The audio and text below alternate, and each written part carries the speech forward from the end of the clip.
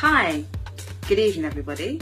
So today my Inspiring Entrepreneurs is with the wonderful Howard Williams, and Howard is going to share with us his personal journey of starting from where he began and becoming a property investor. And so really I want to just find out from Howard, tell me, like, where did it all begin for you? The first place it began is from the need to live and money. To be honest with you, I was homeless, and I made a lot of bad mistakes in my life. Ended up in prison. I just took the wrong path, and I ended up homeless. I had no money, living on the streets, and I had to just make something of my life. And that was just enough of a start to make me want to do something with my life, if that makes sense. You know. And that was in July 2014, so only very, very recently.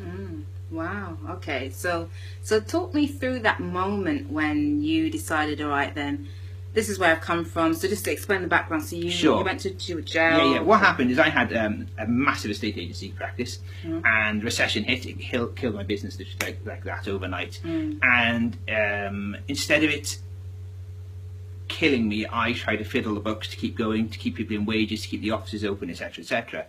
Which was obviously the biggest mistake I could do. By fiddling the books, you end up fiddling the VAT, and the VAT comes on very, very hard on you.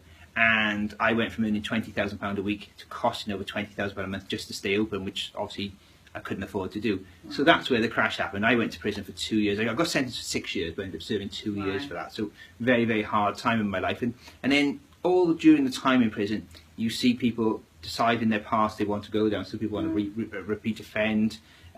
People want to change their crime, believe it or not. Inside you see people wanting to live a career of crime. Mine was, I just want to get out and get on with my life. And I got out and I had like a sleeping bag, my clothes in a bag, and I was sleeping in a shop doorway. And I decided to make something of my life from there on. Wow. Okay. So you talk about sort of, you know, sleeping in a shop doorway. What was that defining moment, and what did you do in that moment? How do you go from being there to then owning a? It happened very quickly. I mean, I spent one night. It wasn't like weeks and weeks in a doorway. I spent one night there. It was long enough, mind you. And I just got up the next morning and thought, you know, I'm getting on with my life. This is not going to kick me down. And I just did what you should always want to do if you want to make something of your life, and that's work. I went out there. I know property. I know property well. So I went online, I started looking for properties that people would want to buy. In fact, becoming like a property broker, like a car broker would be. Yeah. And I found a deal, sold it to somebody else, made some money, and that's how my journey started. And I made £1,000 in 24 hours. And when you go from homeless with £56 in your pocket to £1,000 in 24 hours, it's massive, you know? Yeah. Wow. So okay then. So you've gone from, so your property portfolio, just give us an example of where you came from to where you are now. Okay, so that July the 27th, 2014, I had £56. I now earn a residual income. That means every single day I earn £1,000 profit, which goes in my bank. And I take home probably in excess of £25,000 to £30,000 a week. Wow. Plus I do deals on top of that. So my life has considerably changed. So that means you can buy the best shoes, the best house. Because I know I met you through being the shoes guy. So what attracted me to you was that, you know, through social media, and you was into property, but you always used to post these really nice Louis Vuittons, these really nice shoes, and you know, ask us what shoes to wear, and so that's how I connected with you.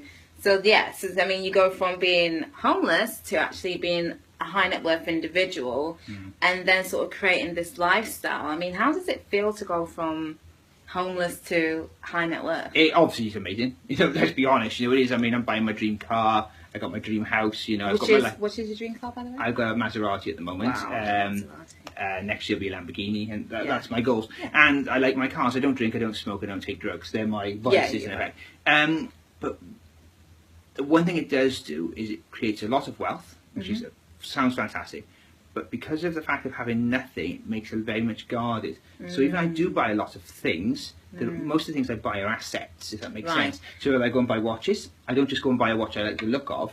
I look at a watch, can I make money on that watch? In the 10 years, could that watch go up, for example? So a lot of things I buy are assets. Now, I own very, very little, okay? I lease everything. Is there a reason behind that? Do you think that's a strategy for a high net worth, is instead of buying depreciating assets to lease things? Would you advise on that? Two reasons.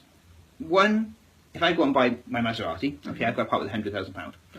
That's a lot of money to be paid out my bank account.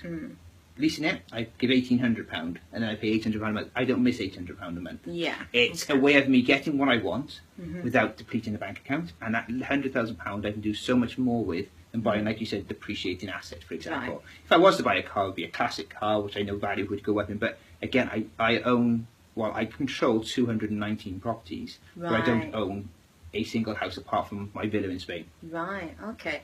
So just to wrap it up, I mean, what advice would you give to anybody who wants to get into property or who wants to become a high net worth individual? What advice would you give them? The easiest way to make a lot of money is to not go chasing them.